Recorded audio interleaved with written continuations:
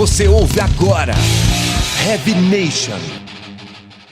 E aí, eu sou o Daniel Pacheco e esse aqui é um programa piloto pra gente ver aí como é que vai rolar daqui pra frente. A princípio, a gente vai trocar uma ideia aí com alguns membros de bandas e vamos rolar também alguns sons aí que eles indicarem pra gente. Vamos ver como é que desenvolve a partir desse ponto, né? Então, esse primeiro programa a gente vai trocar uma ideia aí com o Caio, vocalista do Desalmado. Vamos falar um pouquinho aí sobre o disco novo deles, que tá pra ser lançado agora pela Black Hole e pela Helena Discos.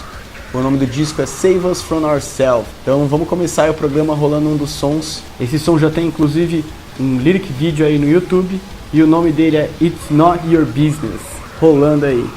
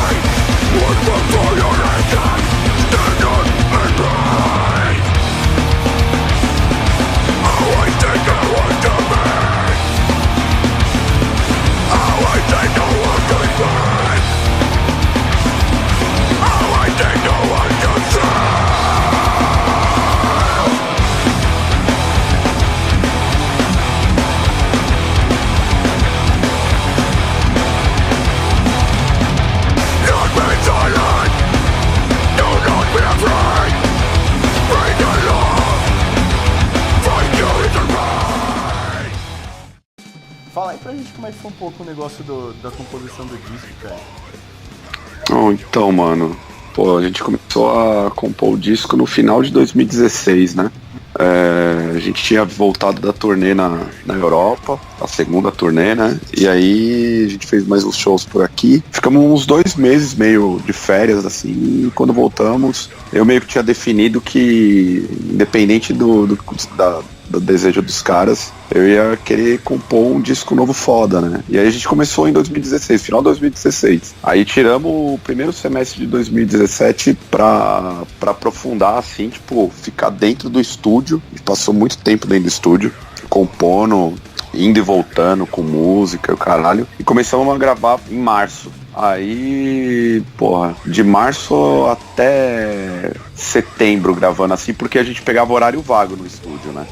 Então assim, a gente, apesar do Estevão ser o dono do Family Mob, a gente, é tipo assim, ele tem que tirar a grana da parada quando tem gravação, então a prioridade é do negócio.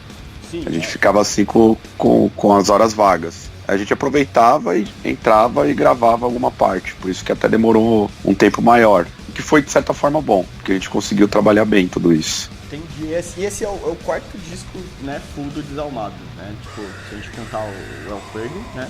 É o quarto, não é isso?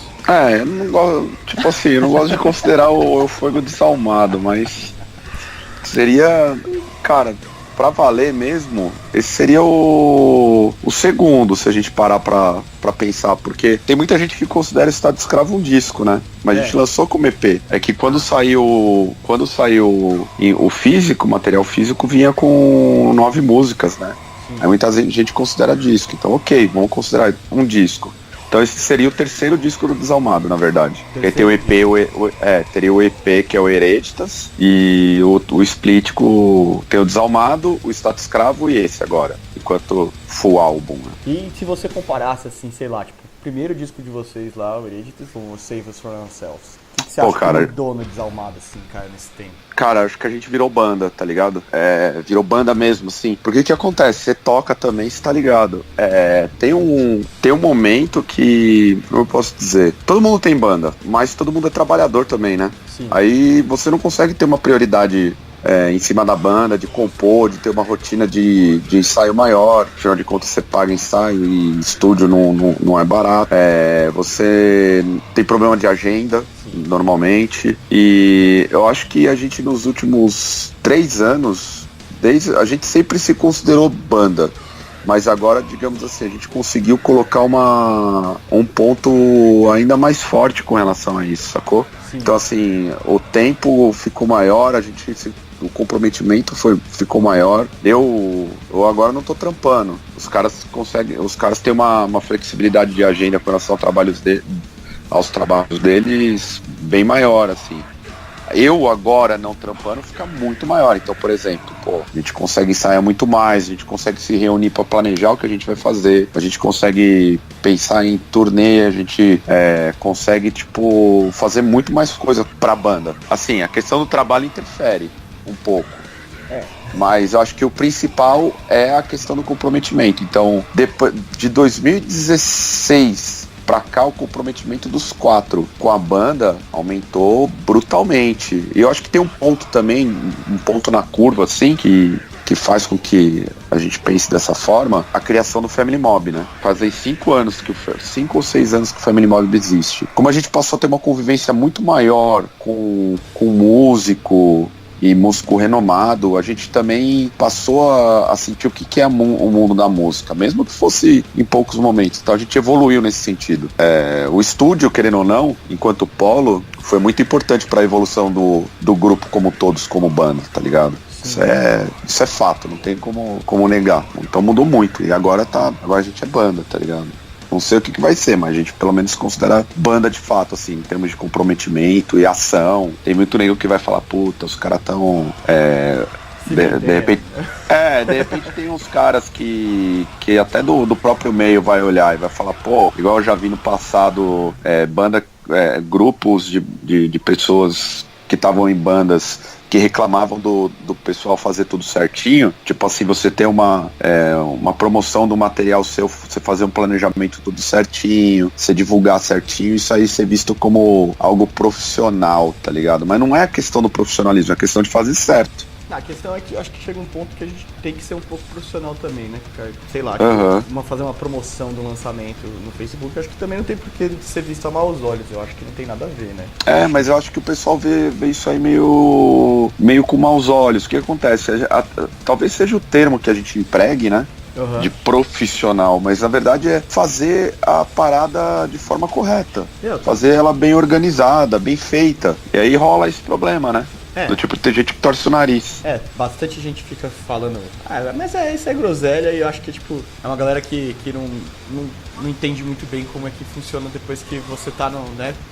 Querendo ou não, a gente quer um pouco divulgar nosso som também, né? Não adianta nada a gente fazer o negócio só pra gente ouvir, né? Sim. A gente quer mostrar o negócio, então é bobagem se importar muito com isso, né? Sim.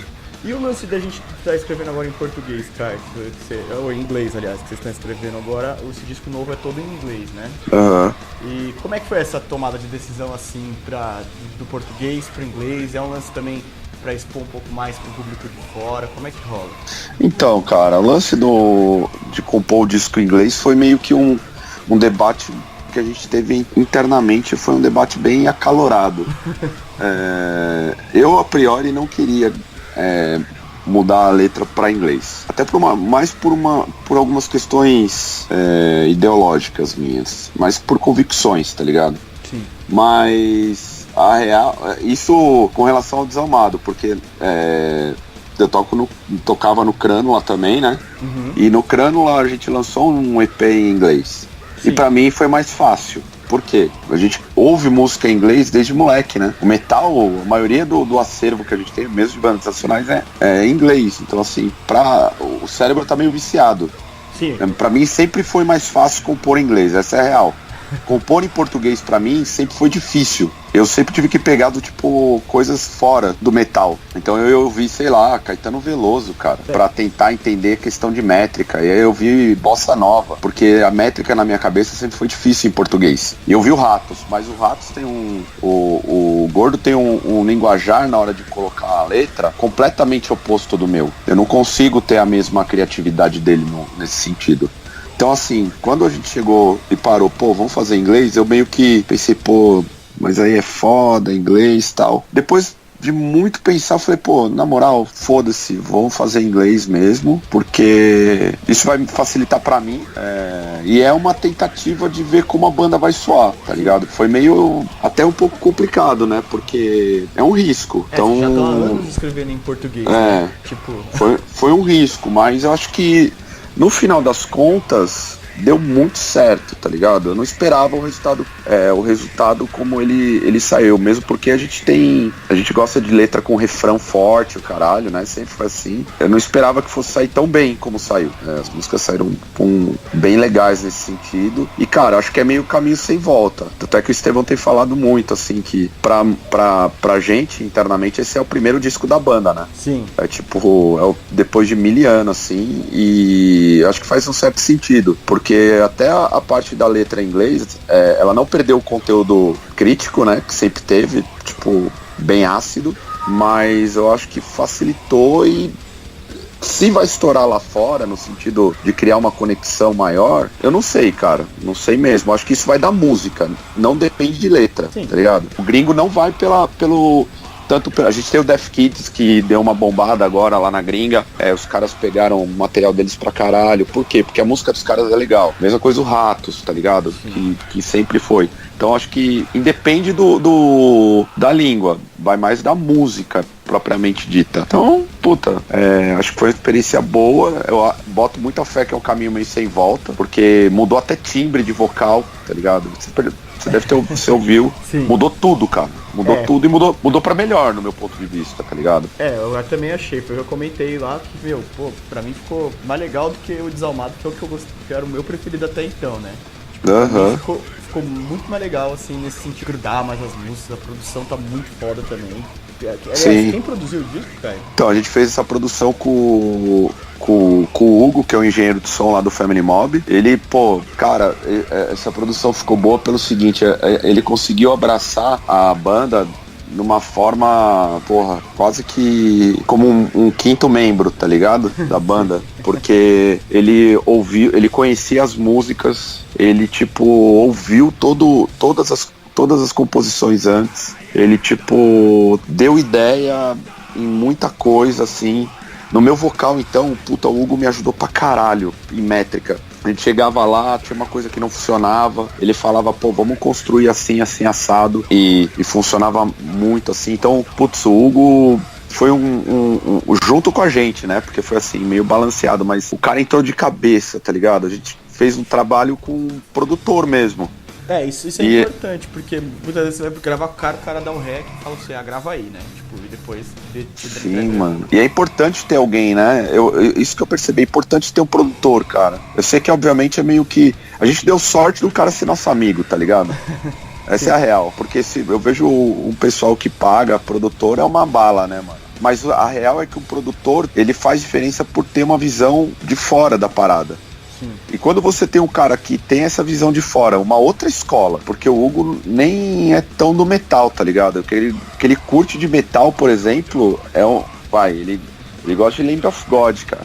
Eu não gosto de Lamb of God, tá ligado? Metal mais moderno, né? Ele é mais uma outra pegada. Então, assim, mas mesmo ele nessa outra pegada, ele consegue dar insights pra banda que colaboram pra caralho, tá ligado? Então, o Hugo, eu sou puro agradecimento, assim, ao Hugo, porque ele ajudou demais a gente, cara. Muito mesmo. E agora mudando um pouco, nem tão mudando, né? Porque as letras dos Desalmados são carregadas aí né? É uma banda bem politizada, olhando assim na parte lírica da parada. E você é um comunistão assumido, assim, que nem a gente em casa. E, cara, o que você acha dessa palhaçada que tá rolando aí? Fala tem tentativa de impedimento aí do se candidatar no que vem. Pô, Esse cara, ano, né? eu acho que é absolutamente normal, né? A gente não teve um processo de golpe de Estado para os caras fazerem tudo o que eles fizeram até o momento e no final desse ano largar o osso.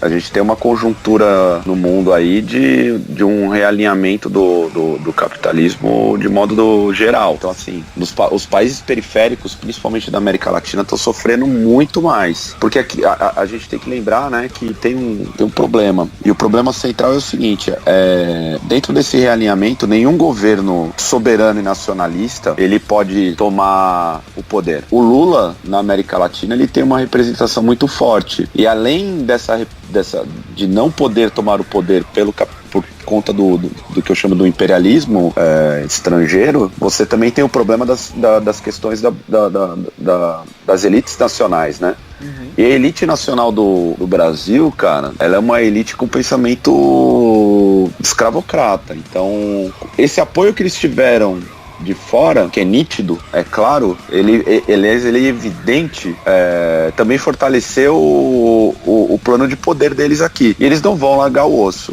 Ontem mesmo saiu uma matéria no New York Times falando sobre a questão da democracia. Já tem um reconhecimento, ao mesmo tempo que você tem um plano arquitetado para você colocar a América Latina de joelhos, o Brasil é ponto-chave nisso, você vai ter os periódicos estrangeiros também reconhecendo que a democracia, principalmente no Brasil, ela já não é de fachada, ela é uma realidade. A ditadura por aqui, ela é uma realidade, ela não é... A democracia é uma fachada, né? Isso, exatamente. Então você tem uma questão do papel do Lula como uma etapa fundamental disso. E assim, não só o Lula vai ser condenado, evidentemente. Isso aqui é tipo o jogo cantado, bola cantada. E qualquer um que vire, se houver eleições de 2018 ainda, né? Sim. Porque a gente ainda incorre o risco de você tem um movimento de massas muito grande por conta desse dia de hoje, né? Você tem a possibilidade da insurreição de algumas revoltas populares e, consequentemente, você tem os militares à espreita, que é uma coisa que a gente não pode esquecer nunca, principalmente se tratando do Brasil. Então, assim, na possibilidade de que nós não tenhamos uma intervenção militar de fato frente a mobilizações populares, a revoltas populares, que elas podem se dar de várias formas, qualquer candidato à esquerda, ele não se elege. A burguesia vai montar uma eleição para eles ganharem, assim como foram todas as eleições. Os processos eleitorais, de certo modo, eles são feitos para a direita ganhar sempre. O que aconteceu nos últimos 14 anos no Brasil é um problema para eles. Sacou? Eles deixam isso bem evidente, né, cara? Sim, o pensamento aqui é complicado. O problema Lula é o pêndulo da política nacional, sempre foi nos últimos, quase 40 anos, cara. Então, e assim, né, tem um grande problema. Apesar de muita gente da esquerda não considerar o Lula um sujeito de esquerda, eu também não considero um revolucionário. Eu acho que ele é uma figura da esquerda. Sim. Acho que está muito longe de ser qualquer tipo de revolucionário, não tem essa ilusão mais. Ele é um sujeito que tem uma representação muito forte. E mesmo ele moderado, para ver o nível da elite brasileira. Mesmo de forma moderada, um cara à esquerda de forma moderado, ele é rejeitado pela representação dele. Por quê? O Brasil, a gente tem a famosa frase, né? A história do mundo é a história da luta de classes. No Brasil, potencializa isso, porque o regime aqui é de um pensamento escravocrata. Então, basicamente, o povo da classe média alta e o povo da elite, em termos gerais, eles, se pudessem, eles tornavam o período de escravidão. Eles odeiam pobre, cara. Eles odeiam.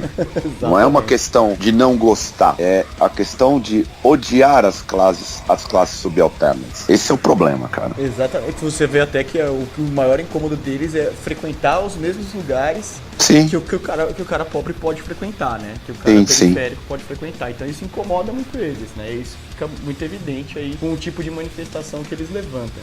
Inclusive, sim. O cara que, por exemplo, é negro periférico e tá lá gritando contra o Lula hoje, ou fazendo milhares de posts no Twitter, etc e tal, Lula na cadeia. que você acha?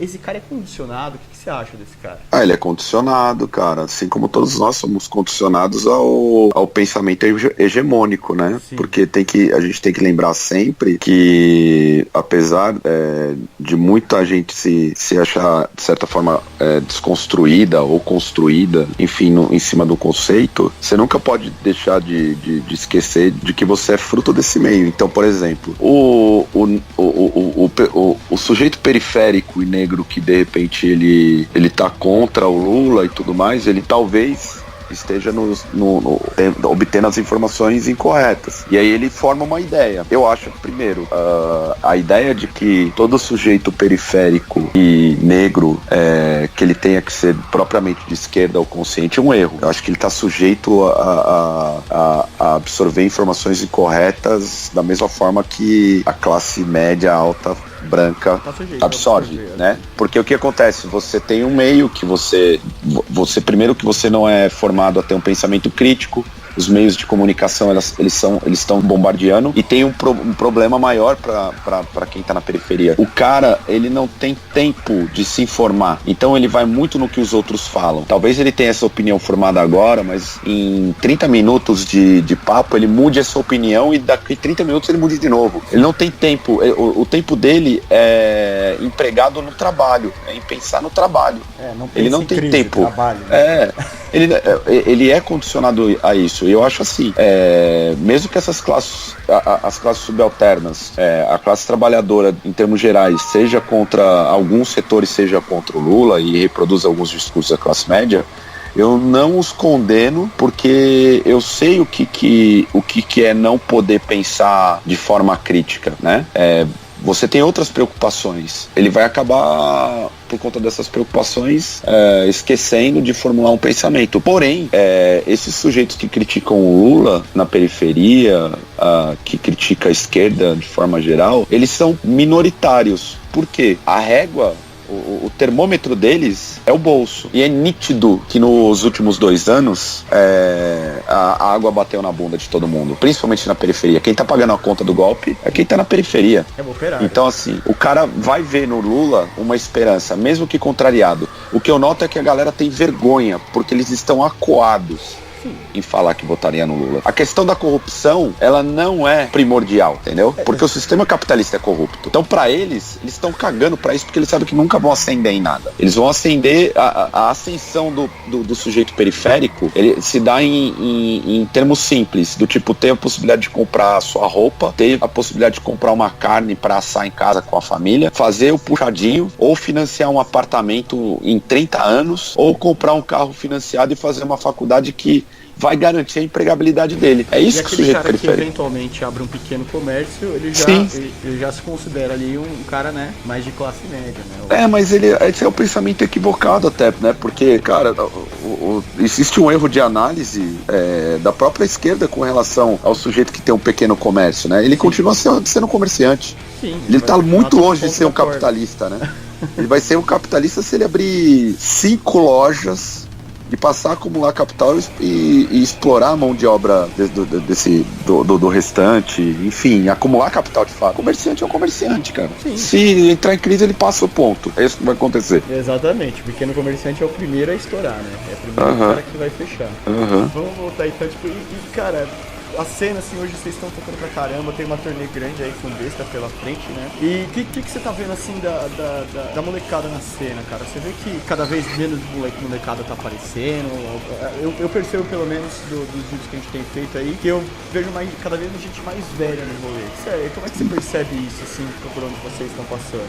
Olha, o público tá envelhecendo mesmo. Não é? Eu acho que talvez isso não seja um problema só do Brasil, mas talvez seja do metal como um todo. O metal, ele precisa se renovar, né? Apesar, igual teve o anúncio do Slayer se aposentando, eu acho que é até bom, cara, porque as bandas antigas, elas precisam, não é que elas precisam, né? Elas vão parando por uma questão física, limitação física. Tem que surgir bandas à mesma vontade dessas que já se consagraram. O problema, acho que tá na questão da renovação. E óbvio, o jovem de hoje, ele tem uma cabeça muito mais ampla. Eu tenho visto que às vezes aparece aparece um moleque ou outro, assim, novo. Tem uma geração nova, mas é um pouco diferente da que a gente fez parte. Eu não sei, eu tava vendo até no fechamento do hangar, o cara comentou, o Magrão lá comentou, tal, que ele percebeu que não tá tendo renovação. Eu acho que tá meio, é um momento do tipo de transição que a gente não sabe pra onde vai. A certeza que eu tenho é necessário uma renovação urgente. É necessário um movimento dentro do metal, né? Precisa ter aquele, igual teve na época do heavy metal britânico, igual teve a época do thrash metal, igual teve a época do death metal, igual teve a época, acho que a última foi a do grunge, tá ligado? Sim. A música pesada sempre precisou de um movimento pra funcionar. Pra sugar pessoas novas pra dentro dela, né? Porque até as bandas novas que tem aparecido, cara, você vai ver, os membros das bandas tem tipo 40 anos, 35 anos, os caras tão começando. Mas pô, igual, eu tava pensando nisso aí, cara. Pô, Desalmado, a gente vai fazer 14 anos de banda, cara. Sim.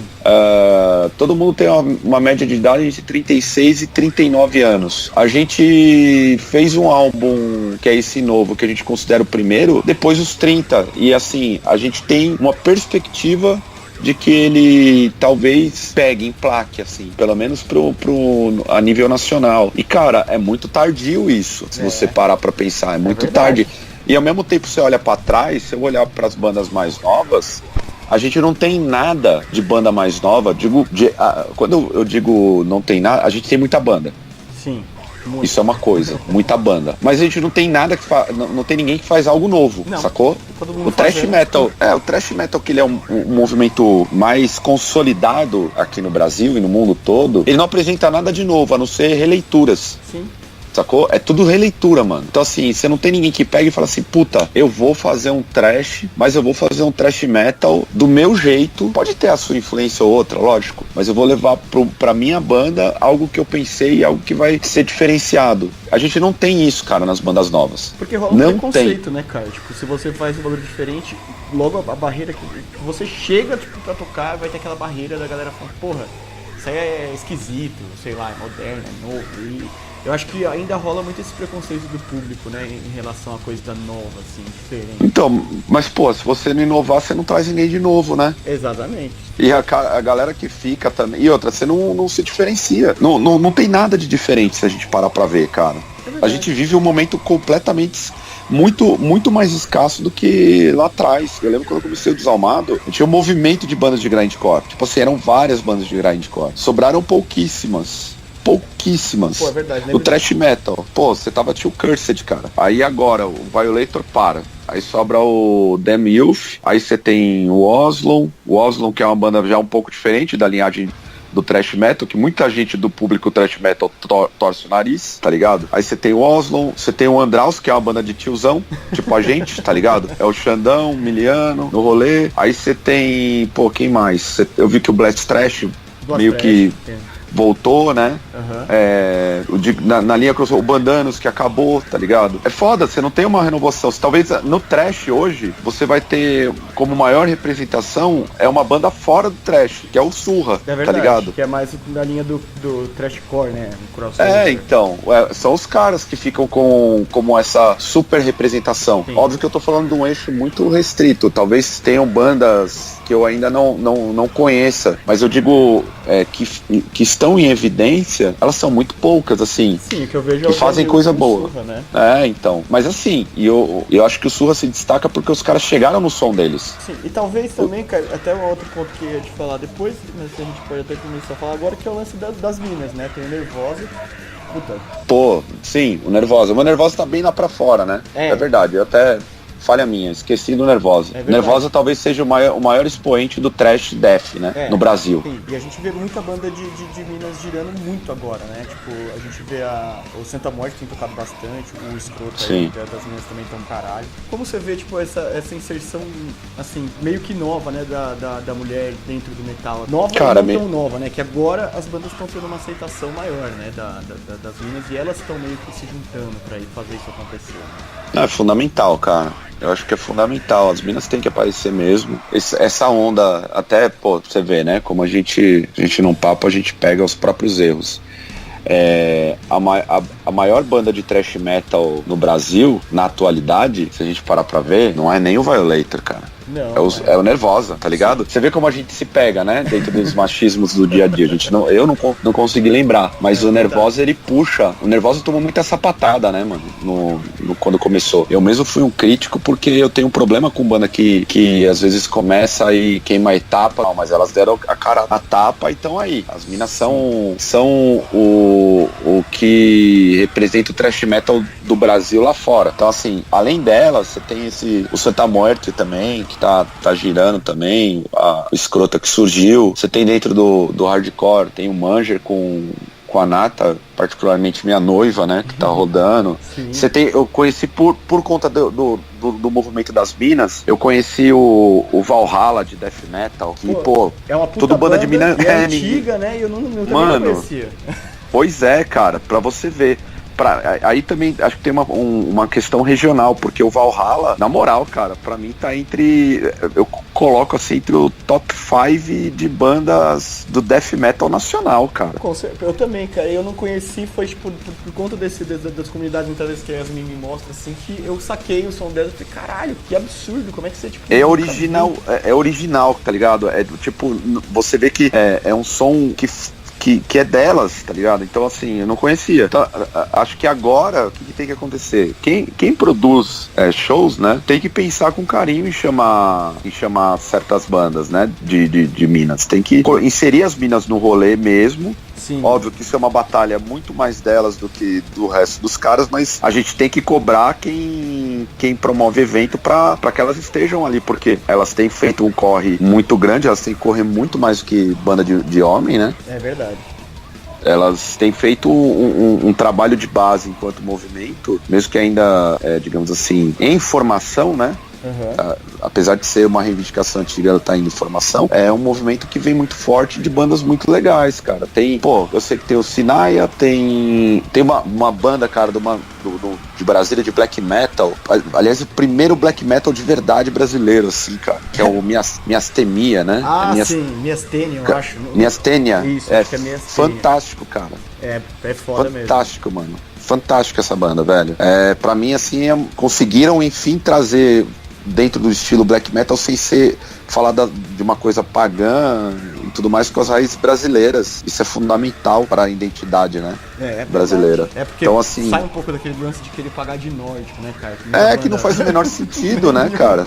Nenhum. Meio que contraria o próprio estilo até, porque, vamos lá, a gente não pode tirar as regionalidades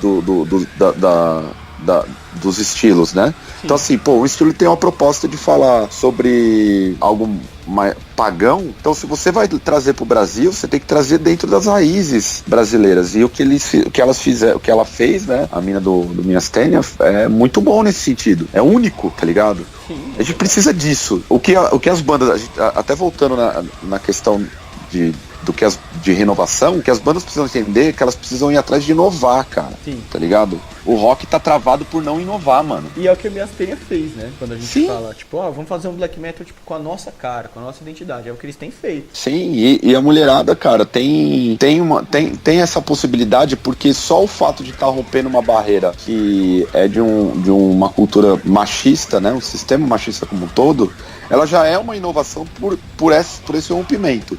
Sim. Se as bandas que tem mulheres, e a gente pode citar tantas outras, lembrei agora, o Cauterization, tem o Hateful Murder, que tem a mina no vocal. O Torture Squad, cara, que tem agora a Mayara no vocal também. Enfim, você tem... Muito, né, com a Mayara Porra, no vocal, nossa! Muito melhor, muito melhor.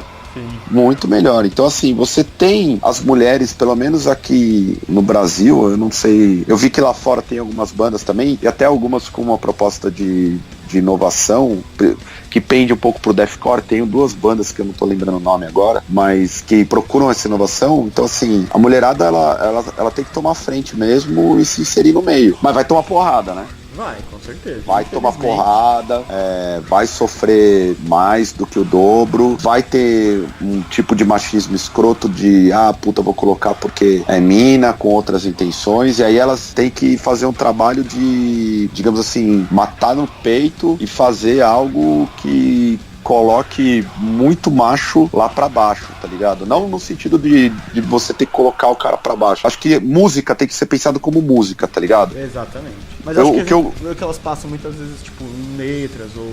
Eu acho que é importante trabalhar um pouco, né? Tipo, a individualidade delas nesse sentido, né? Tipo, da luta delas, né? Nesse sentido. Só tem que tomar um cuidado que é uma coisa que, não só delas, mas em termos gerais, cara, que acho que a gente tá meio... A gente faz parte de um cenário na música um pouco mais politizado, às vezes cai numa armadilha que é o seguinte, a gente acaba ficando refém de querer politizar nossas letras em tudo, né? E a arte é uma coisa que, em determinados momentos, você pode obedecer uma outra lógica, né? Sim. Pra gente é fundamental, então não pode colocar também o peso nas minas delas terem que colocar obrigatoriamente uma letra que fale sobre a condição dela. Sim. Acho que ela tem que ter liberdade pra criar naquilo que ela acha necessário pra música dela, tá ligado?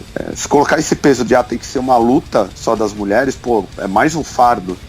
É verdade. Além de outros, mano. Aí é foda. É verdade. E, bom, vamos pra encerrar então, Caio, dica pra gente aí 3 bandas pra gente colar aqui agora. Olha, o que eu mais ouvi pro disco novo do Desalmado, Immortal, cara. Incrível que pareça. Eu ouvi, tava numa época que eu tava ouvindo muito Immortal. Então foi por um motivo que, como é bem feito, tá ligado? como é musical, mano. Uma banda black metal, que é a banda que menos se leva a sério. O Abaf já prova isso, né? E tem provado ainda mais, né? Depois que ele saiu fora. E tipo, como o negócio é muito bem feito, cara. Eu acho que o Nervosa tem que rolar, tá ligado? Pela representação que as minas têm hoje no cenário nacional. Não, coloca um rala pra porra. Valeu mesmo, mano, aí ter participado com a gente. E vamos pra cima aí. Muito boa sorte com a turnê com o Besta, vai ser do caralho.